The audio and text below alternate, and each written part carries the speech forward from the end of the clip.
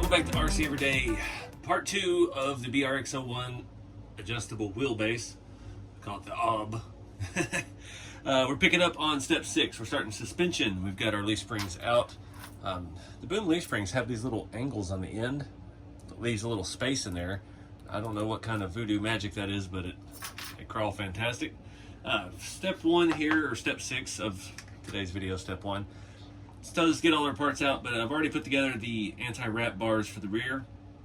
It says to gap them at 12.5. There's a certain orientation of the ball ends. This is the left, this is the right, and these face a big side down into the angle, I guess we'll call it. So I've already done that. Just did that off camera because I hate doing rods and rod ends. We only have a couple more left to do on this truck, so let's flip over the page and see what's up. All right, so right out the gate, we get the chassis upside down. We're mounting hangers and shackles, the rear anti-wrap bars, which I've already mixed up left and right. That'll be good. Trust the pictures. The front anti-wrap bar on this is a really cool design, same as the BRX02. It goes over and clears all the steering and the axle and kind of mounts to the back side of it. It's a neat setup. Not something I would have thought to design like in this way. Looks like a boomerang. It has brass bushings and O-rings and all kinds of cool stuff. And I don't know, it works. Stuff is awesome. Next up, we immediately move right onto the axles. So yeah, we're gonna have this thing as a roller by the end of the video, and hopefully we can start looking at some bodies. I'm a little anxious to put the suspension on because I'm not sure of the wheelbase yet, and it's gonna be a pain in the rear to take the axles apart or off to adjust that, because they do mount on the inside. I mean, we could probably get a bit on those, but you know, I've done that so many times with TF2s because a lot of things mount from the inside, leaf springs, hangers and stuff, and I end up stripping bolts out and causing myself a whole lot of grief. So I did have one idea. Somebody put the bug in my head last night. Obviously you guys think of it more than I do, is I should put a rat rod on this.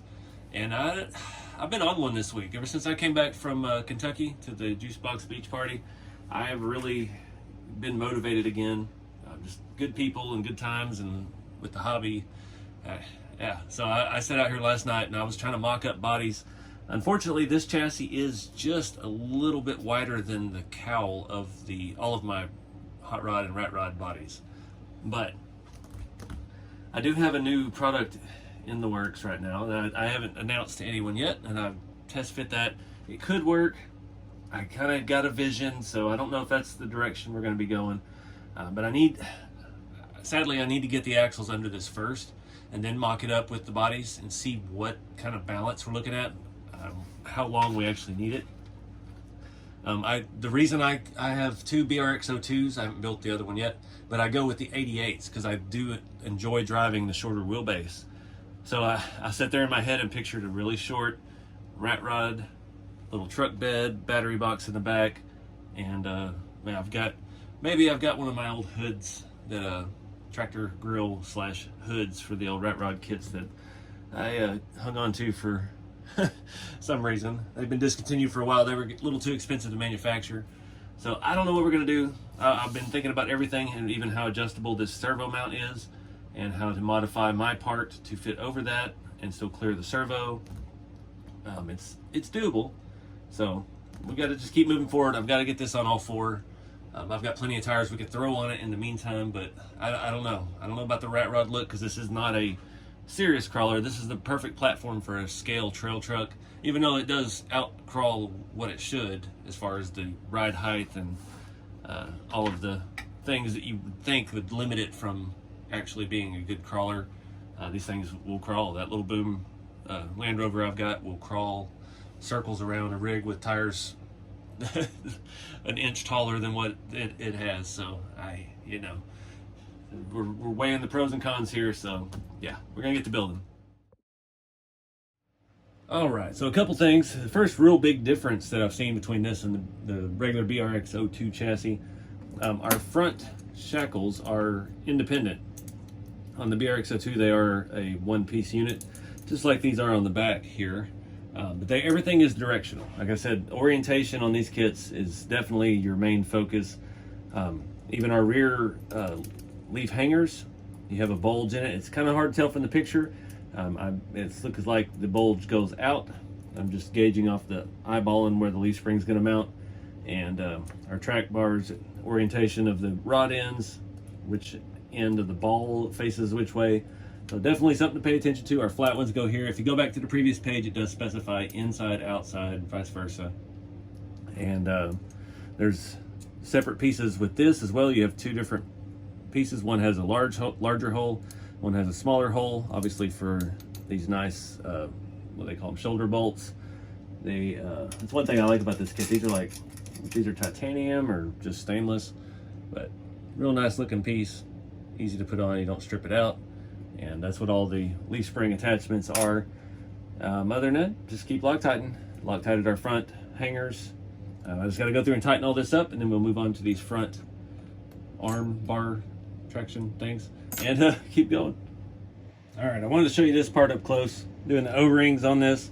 Take our brass bushing, trying to get one of these on here. The first one's the hardest, and pull it around. You can just shove it through. We got our bracket already mounted, Loctited these front screws. It mounts the same exact way. And then we get one on the outside. It has little tracks for these to sit in. Allows it to still pivot side to side. And almost lost it. There we go. So now that's ready. Next step, moving on to the front axle, we got to build our steering link and tie rod ends and all that good stuff that I love doing. Looks like bag B. We've got our rod ends and spacers, and we've got the little installation tool. I think I have one over here already out. I don't have the screw in it. This just helps press the ball ends into the plastic. So we'll do that, get that part set up, and then we'll flip to the next page. Real quick note on this, it's easier on these just to pop them in with some pliers. I didn't use the little tool. Those are necessary on the shocks because the shock end is metal, but for these, it's just plastic. You can pop it right in. Unless you're really OCD about bending your rod ends, which I found out in one of my recent videos that some folks are. Slide the O-rings on, and we're ready to move on to the next step already. So the next page, talking about leaf springs. It does come with 4 leaves per pack. The BRX02 said to set it up with 2 per corner, and that's what I did. Just followed the instructions, and it works phenomenally. I have no issues whatsoever with it. No desire to make any changes. This one, not knowing what body, I'm going to go the same route and just run 2. It has a little chart here and tells you which ones to use, but yeah, we're just going to rock it like it is and go from there. What is this? Oh, is that the bump steer or the steering angle limiters? Now, that is one thing using these 80 millimeter wide axles or BRX 80s. I don't know if they're actually 80 millimeters. You do have your steering angle suffers. We'll call it that. That is the only complaint, the legit complaint that I've had with that, is the steering angle is tight. But that is part of the challenge for me driving these trucks. Get them in places where they're not supposed to go, and get out with limited steering angle. You can see this thing has some ridiculous angle right out of the box, but that's already hitting our leaf spring right there. So yeah, we're very limited. Narrower you go. That's part of the reason my C-Max chassis build didn't ever pan out, because I put the BRX70s, and I wanted to leaf spring the front, and I read somewhere that you can't leaf spring the front on that because it's just too narrow. Your knuckles are immediately into the leaf spring. Your tires will be immediately into the leaf spring. And yeah, we found out the hard way. And that's how we learn around here. So yeah, we're putting our leaf pack on. This is a leaf under rig, so we're going to pull these bolts out. This shows, I'm worried about our clocking of the side housings of the axle. I mentioned that in the first video. You can clock the ends differently so you can get a different pinion angle. From what I can tell on this picture, it looks pretty well flat, and yeah, I don't think we need to do any adjustments on that. Just curious if the rear is the same story. It shows it pretty flat, so I don't know. The BRX02 showed it angled, so maybe if we shorten the wheelbase, we'll just have to see how it sits basically before we get there. So a lot of possible taking it apart and putting it back together again, but yeah, that's tuning, it's racing. So, you know, everybody had to do that kind of stuff back in the day. So I'm gonna get this step done, get these leaf springs on, get our front link mount on, and move on. All right, so real quick on this, when you remove 2 of the leaf springs, it says to flip this bracket around the other way where the angles go down like so.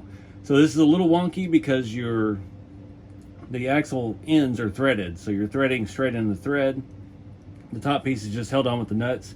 Like my tool here will not fit on those, so you have to use the tool that comes with the kit. It'll fit down in there and allow you to tighten them. So the bottom of this axle does have a little bit of a curve to it, so you cannot get that perfectly flat. So what I do, I did it on the other one, actually got it pretty level. I kind of favor one side, so I kind of favor it to where the pumpkin, the input is angled up just a little bit, and as it doesn't call to adjust the axle ends, I think that's the best route to go. So I'll tighten the back screw first and then that one, and get it that way. So I think that'll work out pretty good, though. It stays pretty even. It's just, you know, it's not perfectly flat on the bottom, so you can't get a perfectly flat surface. So it's obviously going to teeter one way or the other depending on which screw you tighten up first. So I always tighten up that one first, I think. Did that make sense? Tighten the front one up first. Yeah, that makes more sense because it's favored that way just a hair. But you're going to have a little gap in there for the leaf springs, and I think that's part of the design actually, because that allows the leaf springs some movement up and down on the screw, and it's just going to make it flex even better. Like I said, I've followed the instructions to a T on the BRX02 build and have not had a single complaint about the suspension movement and travel. So I'm going to finish the next one. All right, got that all done. Quick note, just on the rear, make sure you get the axle the right direction. I was tightening up the second leaf spring and I realized I had it upside down. The leaf spring's going under that way. Pinion was down low. I was like, oh, cool. So next step, building the shocks. From what we looked at in the unboxing, it appears the shocks are pre-assembled. So they actually have the bushings or the O-rings all installed already. So we can pretty much skip all this. Looking for the part where it says pre-installed, but it doesn't. So all we got to do is put oil in them. Again, that was probably one of my only complaints in the previous build. And yeah, coming that way out of the box, which is really nice. So we've got provided oil, 30 weight, badass shock oil, and just going to build those. I'll show you a little bit of how to do the rod ends once we get there, or the shock ends, and start mounting them up. We do have different lengths. No we don't. They just look different lengths. Okay, never mind. Carry on. There, guys, I wasn't completely crazy. Some of these shocks were slightly different. This is because the bottom was unscrewed. Definitely want to Loctite this part. These, you don't want the shaft will spin inside the shock, and you don't want that to come off on the trail. Happens to me all the time with my rigs traveling. The bottom end just unscrews because I never Loctited them, especially on your RTRs and stuff like that. Yeah, their instructions are pretty good with this. It shows you different levels. You film it halfway, can improve dampening force. Filling the shop oil more than 3/4 full can prevent compression. So I like it to be able to do like that, where coming back out, I'm leaving maybe a 1/4 inch below the threads with the fluid, and I'm consistently getting that amount of force out of them. So yeah, that's just what I do with these. The instructions on the BRX02 had a little more in-depth description of that, I believe, or maybe it was just worded differently. It made more sense to me anyway. So I got 2 of these done. I'll come back here in a second once I get the other 2 done and show you how to press in the ends of the shock. All right, so mounting these, it's not that hard. These clips, they do give you a couple extra because you probably will mess one up if you put it in the wrong way. It does have a little tiny tab on the bottom that you want to align with the bottom of the shock piece. On the shock head, it's at the bottom, looking at it that way. And you want your tool, where's my ball ends? Keep losing those things. There they are. Go ahead and put that on. We're gonna go in from the end that was already in the shock, our new cap on the back side, and tool on this side. the beveled edge toward this. If you turn around the other way, that's how you remove them. It pops into the cavity inside of that.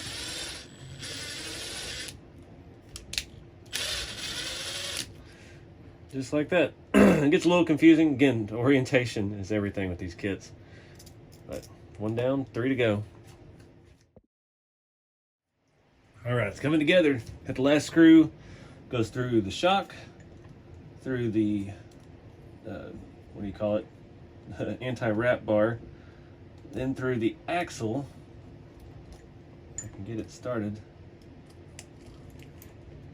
That lined up is tricky. Come on. There we go. And put a nut on the inside.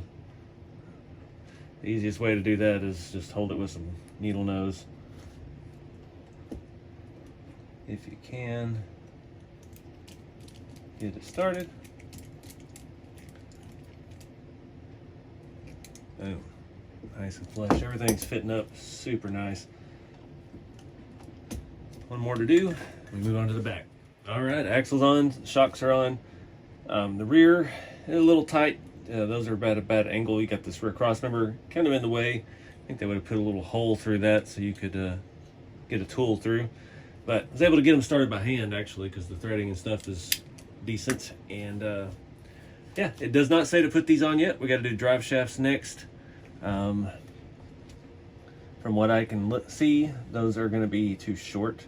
And I had that issue on my BRX02 as well. I had to adjust the link mounts, the link spacing, to get it all to reach and jive nice.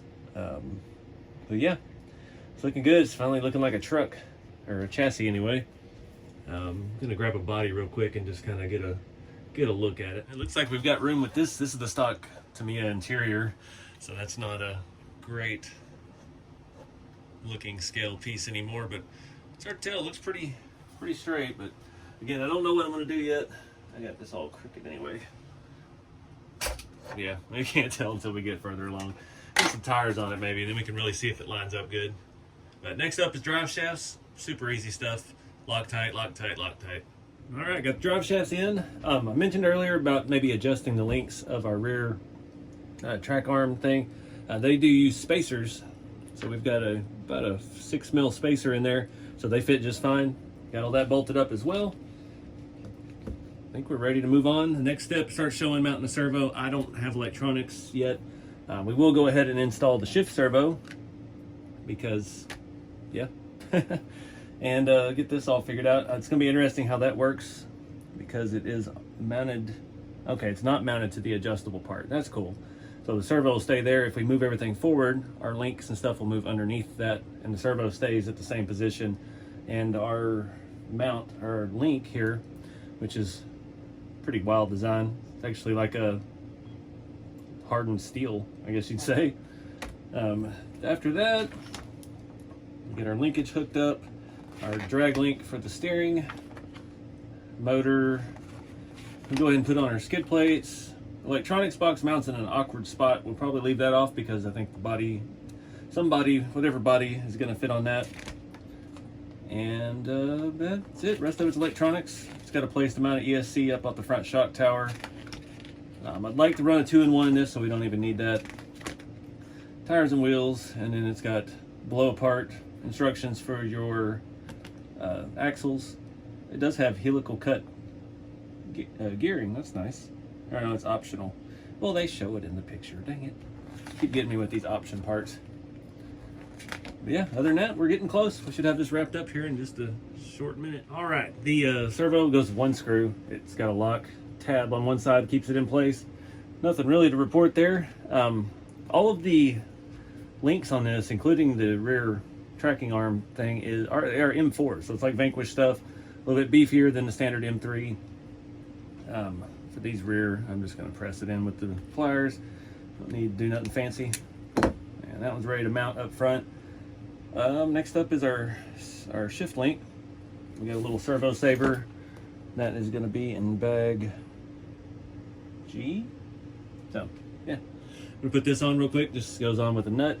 This is the only rod, your link in the front, and those everything is righty-tighty, lefty-loosey. This one is a turnbuckle, so the short side is counter rotation, so that's going to be lefty-tighty, righty-loosey. Just so you know. Let's throw this in there real quick. Again, not ready to do a servo this time. We find a nut. Oh, it must be short one because I did drop one last night. Cool. All right, got our shift link measured out and brought in, put on. I know these kits are expensive, but everything, like even our micro servo saver for the shift, that's all metal. It's got a metal ring spring around it, and both pieces are, I feel like, aluminum. Just good stuff, man. It shows to go ahead and install this. I did put some Loctite on this because we are going into metal. Probably just lost all of it in the ball end. It goes in the bottom screw. Get into little fidgety parts. Here we go. That tight. Bring this over here. So this goes through our shaft on the transmission. Get you a closer look at that. Goes through like so.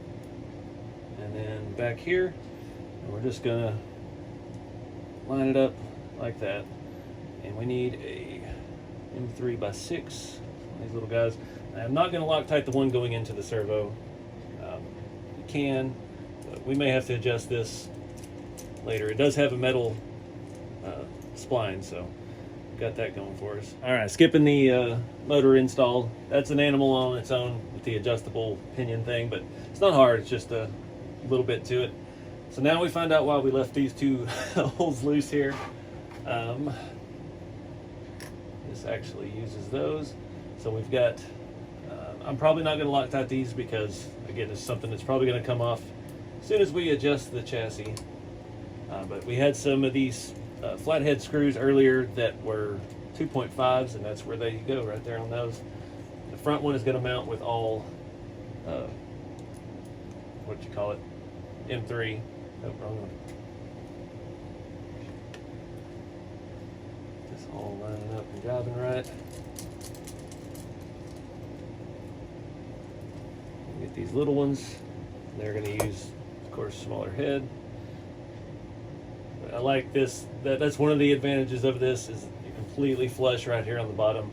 The transfer case does not stick down at all, and that makes driving this thing a whole lot better, especially when you're keeping it scale, as I say. And again, this is going to add more reinforcement to the entire chassis. That's not a very soft plastic. That is very firm. Front one goes that way. Those screws go in from the side, M3x14, so we'll get those here in a minute. Get these caught up. So screwing in the plastic, go ahead and cheat, use the drill. In this hole, I believe.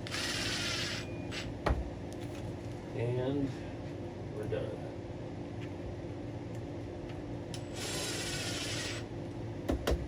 Nice looking. So last up, we got our electronics box. This is a little waterproof box, has a gasket, and it does have a VIN plate. We actually have a VIN number. I need to go online and register mine to the Boom website. This just covers where the wires go in. We have this little gasket. It is a little tight. I had some issues with my other one getting everything sealed in there. That will bolt over that. And we be able to move this to the back, to the truck bed if we need to, because it's not, obviously, I don't think it's going to work right here as far as a body with a full interior. But I am going to go ahead and just kind of put this together, and that gasket goes in a certain way. There's a lip that goes down. It's like a or a valve cover gasket on an LS engine. All right, so we'll just leave that for now. And I think that is it. Yep, shows putting electronics in it. So that's pretty much the full assembly of the BRX01 adjustable wheelbase in the longest variation. The drive shaft in the rear does have plenty of slip where we can bring it in all the way. That's probably one of the most limiting factors to the difference in the wheelbase. It's trying to have it in a range that your drive shaft will still function. The front drive shaft feels pretty good. It's got very little on the outside end of it though. But yeah, that's let's do some brainstorming here with bodies. See what we can come up with.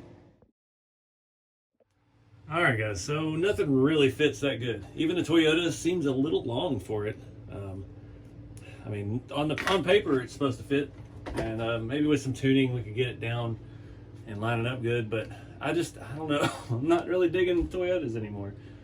I thought maybe it would be a good way to bring one back and try to. I mean, that body I used was my very first one. I don't know. I feel like I'm not doing this chassis justice with this maxed out. I think I need to shorten it. And the only thing that kind of works is my sedan and coupe bodies, mainly this coupe, but our wheelbase, our rear axle is a little far forward. There's not a lot of room around that in the back. But I'm thinking if it was short, then that'll put most of our transmission, or some of our transmission, actually through the tunnel and get the proportions a whole lot better, because that's the problem right now, is just proportionally it looks weird. But I don't know that we can. I mean, we'd have to really cut that up high, which I'm not opposed to doing, but I don't know. This is a tricky situation. So I don't want another Blazer. That one would be the only other one. The same wheelbase as the Toyota. The 4Runner, I'm kind of burnt out on 4Runners too. So I don't know what to do. I may or may not shorten this wheelbase and try something out. My vintage Honda CR-V body, I kind of like, but it's going to be a nightmare finding tires and wheels that fit. But I can't gauge the tire and wheel size needed until we get the body kind of in a position where it actually works. So I don't know what to do. I may look at some 3D printed options and see if we can maybe come up with something cool. But in the meantime, I think we're going to wrap this video up here. Got the chassis fully assembled. I don't want to lock down tires and wheels yet. I don't want to do any of that wheelbase yet until I get some time to do some research and figure out what we're doing. But again, check out the affiliate link below to AGT's, or you can get these direct from Boom Racing. They have them in stock in the United States. I got mine in 3 days, super fast. And yeah, it's really nice leaf spring chassis. Again, I love my boom trucks. I love the BRX02 so much that I bought another one, or traded for it, and couldn't pass it up. It was too good of a deal. But this one we have to build first and figure out something to do with it. But appreciate you guys. Get out there and have some fun with the hobby. Keep it scaled. I'll see you next time.